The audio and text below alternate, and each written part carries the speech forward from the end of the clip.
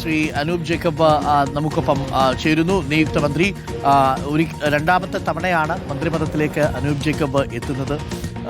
ഇത്തവണ ടേം വ്യവസ്ഥയാണെങ്കിൽ പോലും ആദ്യം അനൂപ് ജേക്കബിനെ തന്നെ പരിഗണിക്കുകയായിരുന്നു. അനൂപ് ജേക്കബ് നമുക്കൊപ്പം. അനൂപ് ജേക്കബ് അങ്ങ് കേട്ടിട്ടുണ്ടെങ്കിൽ very good morning, all the best. വീണ്ടും ഒരിക്കൽ കൂടി മന്ത്രിപദത്തിലേക്ക്. Thank you very much.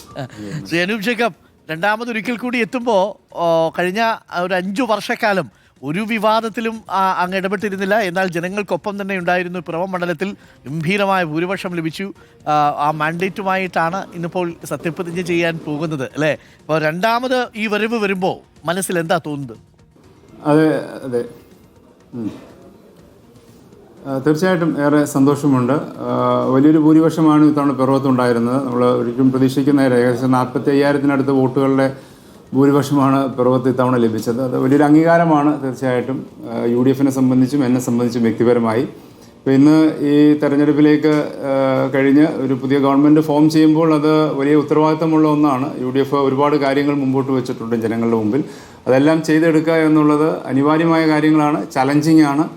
പക്ഷെ അതെല്ലാം ഒന്നൊന്നായി പൂർത്തിയാക്കാൻ ബഹുമാനപ്പെട്ട മുഖ്യമന്ത്രിയുടെ നേതൃത്വത്തിൽ കഴിയുമെന്ന ഒരു പ്രതീക്ഷ തന്നെയാണ് ഞങ്ങൾക്ക് എല്ലാവർക്കും ഉള്ളത്. വകുപ്പ് വിഭജനങ്ങളൊക്കെ ആയി വരുന്നതേ ഉള്ളൂ. അതിനെ സംബന്ധിച്ച് ഇന്ന് മുഖ്യമന്ത്രി തീരുമാനമെടുക്കുമെന്നാണ് അറിയാൻ സാധിച്ചത്. ഇപ്പം പ്രത്യേകിച്ചൊരു ചെറിയ ഇടവേളയ്ക്ക് ശേഷമാണല്ലോ വരുന്നത്. കേരളം ഒരുപാടങ്ങ് മാറി കഴിഞ്ഞ 10 വർഷം കൊണ്ട്. അപ്പോൾ ആ 10 വർഷത്തിന് ശേഷം വരുമ്പോൾ മനസ്സിൽ എന്തെങ്കിലുമൊക്കെ കണക്കുകൂട്ടലുകൾ ഉണ്ടാവുമല്ലോ. കഴിഞ്ഞ തവണത്തേക്കാൾ കുറച്ചുകൂടി മെച്ചപ്പെട്ട രീതിയിൽ എങ്ങനെയാണ് പെർഫോം ചെയ്യുക എന്ന്? തീർച്ചയായിട്ടും നമ്മളെപ്പോഴും അത് ഏതൊരു മനുഷ്യനെ സംബന്ധിച്ചുള്ളതായിരിക്കുമല്ലോ. കുറച്ചുകൂടെ ബെറ്ററായിട്ട് മുമ്പോട്ട് വരിക, കുറച്ചുകൂടെ മികച്ചതാക്കി എടുക്കുക. ഏത് കാര്യം, ഏത് ഫീൽഡിലുള്ളവരാണെങ്കിലും കുറച്ചുകൂടി ഇമ്പ്രൂവ്മെൻ്റ് എല്ലാവരും ആഗ്രഹിക്കും. ആ ഒരു അർത്ഥത്തിൽ എൻ്റെ മനസ്സിലും അങ്ങനെ തന്നെയാണ്.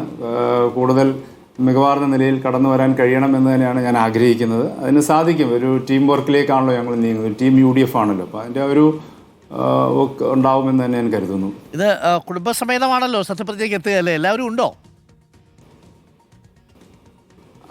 അതെ അതെ തീർച്ചയായിട്ടും.